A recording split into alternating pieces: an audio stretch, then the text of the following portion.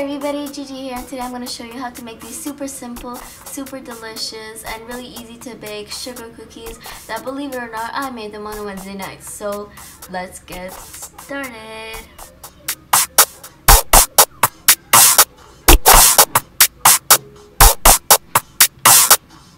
So the things you're going to need is 1 cup of butter. It has to be unsalted and at room temperature. You're also going to need 1 cup of sugar, 1 3/4 cup of flour, and it has to be all-purpose flour. You're also going to need some vanilla extract, if you're artificial or not, 1 egg, a half teaspoon of baking soda, half teaspoon of baking powder, and half teaspoon of salt. I don't know why the salt isn't showing. And also an extra cup of sugar, you'll see why.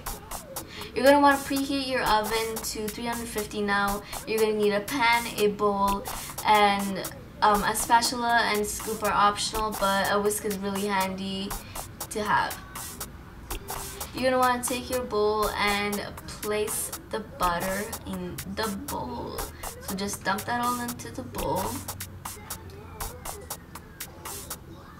Yep, dump it in. And then you're also going to take your sugar and pour that all on top of it. Then what you're going to do is take your spatula or your spoon and just mix it around lightly, and then switch off to a whisk later on when it gets a little harder. After you're done, it should look something like this, and as you can see, I'm like smushing it so they all go out of the crumbs.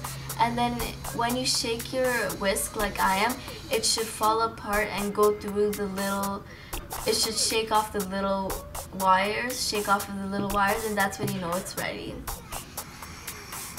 Then you're going to take your egg and crack it open and plop it onto your batter. And then you're going to take your whisk or your spoon and just whisk it really fast. I rather use a whisk.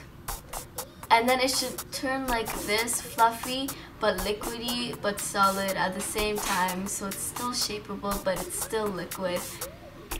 And then you're going to take your vanilla extract and add 1 teaspoon. I'm just using 2 half teaspoons for more precise measurement, so that's 1/2 teaspoon and that's another half teaspoon. Then you're going to whisk that really hard, and you're going to want to whisk this really well because vanilla extract is really strong and you don't want any clumps of it to just be inside of a sugar cookie. So mix that really hard so it spreads out really evenly. Then you're going to take your flour and add that to your batter. You're also going to take your salt, baking powder, and baking soda and add that to your batter also. You're going to start by mixing it with a whisk and then switch onto a spatula after it becomes a little doughy and harder to control, because that's when you're going to know when it's ready.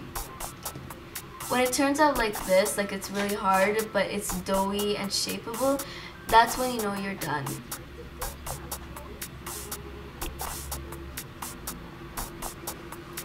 You're going to take your sugar and your dough and put them aside and put your pan near and close to you. Then if you want to use the scoop method, just do what I'm doing. Scoop it out of the little bowl.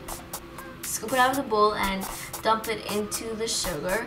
But I don't like it like that. I just like to use my good old hands. If you want to do this method, make sure your hands are nice and clean and free from any germs. Well, that's impossible, but as clean as you can make them so nothing gets into the sugar cookies. And you're going to want to measure it to see how big you want it. That is completely up to you. If you want the whole batter to be 1 cookie, that's up to you once again. Then after you're done, you're going to take some sugar and roll it around the sugar. And then you're going to put it on the pan and just spread it a little with your fingers. Now what I like to do is add a little bit of sugar on top because I just like it like that, because it'll fall through the cracks and make it really crunchy. Then just do that to all of them. After you're done, it should look something like this. And now, as you can see, I spread them apart, so just in case they expand a little too much, they won't stick to each other. Then you're just going to take them and stick them into the oven. And this is how they should look when they're ready. As you can see, it is very cracky and it looks very crunchy. So I hope you guys enjoyed that tutorial. It was my first baking tutorial.